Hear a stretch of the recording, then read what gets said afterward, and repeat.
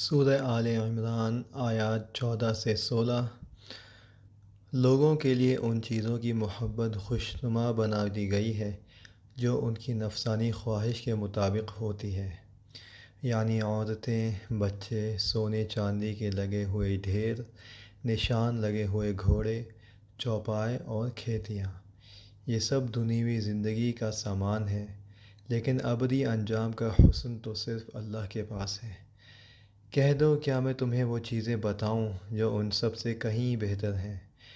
جو لوگ تقوی اختیار کرتے ہیں ان کے لیے ان کے رب کے پاس وہ باغات ہیں جن کے نیچے نہریں بہتی ہیں، جن میں وہ ہمیشہ رہیں گے، اور پاکیزہ بیویاں ہیں، اور اللہ کی طرف سے خوشنودی ہے، اور تمام بندوں کو اللہ اچھی طرح دیکھ رہا ہے۔